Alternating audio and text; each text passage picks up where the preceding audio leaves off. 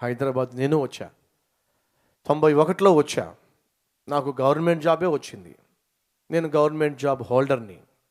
ఆ government job చేస్తూ సువార్త సేవకు ప్రతిరోజు సాయంత్రం నాతో పాటు అనేక మంది తమ్ముళ్ళతో కలిసి గ్రామాలు సువార్త సేవ చేసేవాడిని. ప్రతిరోజు వెళ్ళేవాళ్ళం. ప్రతిరోజు సువార్త సేవ కోసం గ్రామాలు దర్శించేవాళ్ళు. మీరు నన్ను అడగండి, మన హైదరాబాద్ పరిసర ప్రాంతాల్లో ఏ గ్రామాలు ఎక్కడున్నాయో ఆ గ్రామాల్లో ఎలా సేవ చేశానో చెప్తాను. ప్రతిరోజు సాయంత్రము అందరం కలిసి గ్రామాలకు వెళ్ళి సేవ చేసేవాళ్ళం. అలా సేవ చేస్తూ నాకు వారి పట్ల బాధ్యత భారం పెరిగి ఒకరోజు మానేయడం మొదలుపెట్టా. 5 రోజులే ఉద్యోగం, 2 రోజులు సేవ అయిపోయింది. ఆ తర్వాత 2 రోజులు మానేయడం మొదలుపెట్టా. 4 రోజులు, 3 రోజులు సండే ఎట్లా కలిసి వస్తుందిగా. ఆ తర్వాత 3 రోజులు మానేయడం మొదలుపెట్టా.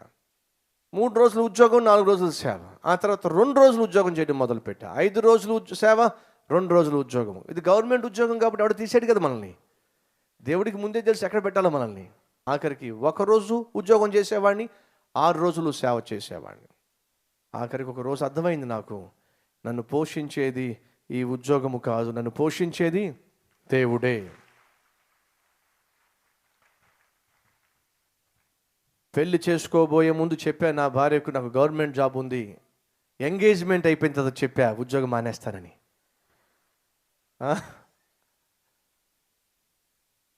పెళ్ళైపోయిన 6 నెలలకు ఆ గవర్నమెంట్ జాబ్ని విడిచిపెట్టేశా.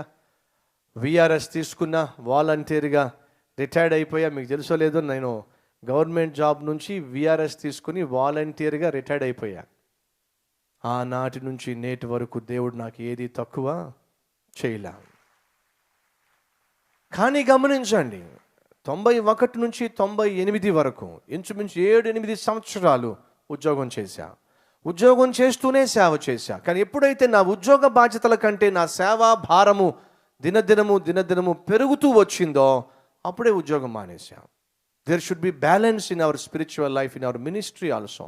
ఫుల్ టైం సేవకు పరుగులు తీస్తున్న సహోదరుడా, సహోదరి, దయచేసి విను. సంపూర్ణ సేవ చేయడం గొప్ప విషయమే.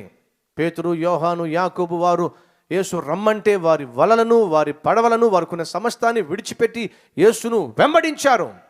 వారికి ఖచ్చితముగా తెలుసు పిలుస్తున్నవాడు ఎవరో. వారికి ఖచ్చితముగా తెలుసు ఆ పిలుపు యొక్క శక్తి ఏమిటో, పిలిచిన వాణి యొక్క శక్తి ఏమిటో.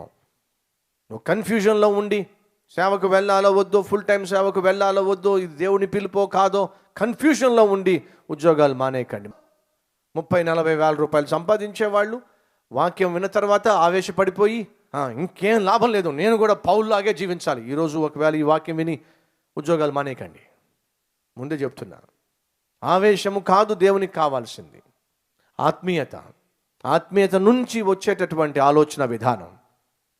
తెలుసు నాకు, వాక్యం విని ఆవేశపడిపోయి నెక్స్ట్ డే వచ్చేసి అన్న దేవుడు నాతో మాట్లాడాడన్నా, ఉద్యోగం మానేస్తున్నానన్నా అని ఉద్యోగం మానేసి 1 మంత్ అయిన తర్వాత, 2 నెలలు అయిపోయిన తర్వాత ఇంట్లో వచ్చే శోధనలు తట్టుకోలేక, ఆర్థిక ఇబ్బందులు తట్టుకోలేక మరలా వచ్చి అన్న నా వల్ల కావడం లేదన్నా, సరే ఇప్పుడు ఏం చేద్దాం అనుకుంటున్నావు, మళ్ళీ వెళ్దాం అనుకుంటున్నానన్నా. ఎక్కడికి? ఉద్యోగంలోనే కన్నా. ఎందుకు ఆ కర్మ చెప్పండి. చక్కగా ఉద్యోగం చేసుకో. ఆ ఉద్యోగం అయిపోయిన తర్వాత సాయంత్రం నుంచి నువ్వు పడుకునేంత వరకు ఇంచుమించు 5 గంటల నుంచి 6 గంటల టైం ఉంది. ఆ 5 గంటల నుంచి 6 గంటల టైంలో నువ్వు దేవుని కొరకు ఎలా జీవిస్తున్నావో చెప్పు. దాన్ని బట్టి డిసైడ్ చేయొచ్చు అసలు నీకు ఫుల్ టైం సేవ అవసరమో లేదో. ఒకవేళ నువ్వు దేవుని చిత్త ప్రకారమే నీ ఉద్యోగాన్ని విడిచిపెట్టి వచ్చినట్లయితే నువ్వు వెనక్కి వెళ్ళడం మంచిది కాదు. ఒకవేళ దేవుని యొక్క చిత్తం కాకుండానే తొందరపడి వచ్చేసినట్లయితే నీవు ప్రార్థనాపూర్వకంగా ఒక నిర్ణయం తీసుకో. అందుకే ప్రభు పేరట పిలుపునిస్తున్నా, నీ ఉద్యోగం నువ్వు చెయ్యి. ఎంత కష్టపడి ఉద్యోగం చేస్తావు అంత కష్టపడి ఉద్యోగం చేయి. ఆ ఉద్యోగం అయిపోయిన తర్వాత దేవుని యొక్క రాజ్యం కొరకు పనిచేయి, దేవుని యొక్క మందిరం కొరకు పనిచేయి. ఆదివారం వచ్చినప్పుడు ఆ ఆదివారం మొత్తాన్ని కూడా దేవునికే ఇచ్చేయి. ఎందుకని? అది దేవుని దినము, అది ప్రభు దినము, అది నీ సొంత కోరికలు నెరవేర్చుకునే దినము కాదు, నీ ఇష్టాలు నెరవేర్చుకునే దినము కాదు. అది ప్రభు దినము, ప్రభు కొరకు ఖర్చు చేయవలసిన దినము. ఈరోజు ఉద్యోగం చేస్తున్న సహోదరుడా, ఉద్యోగం చేస్తున్న సహోదరి, ఉద్యోగం చేస్తూ కూడా నువ్వు ప్రభు కొరకు ఏం చేయగలవు ఒక్కసారి ఆలోచించు.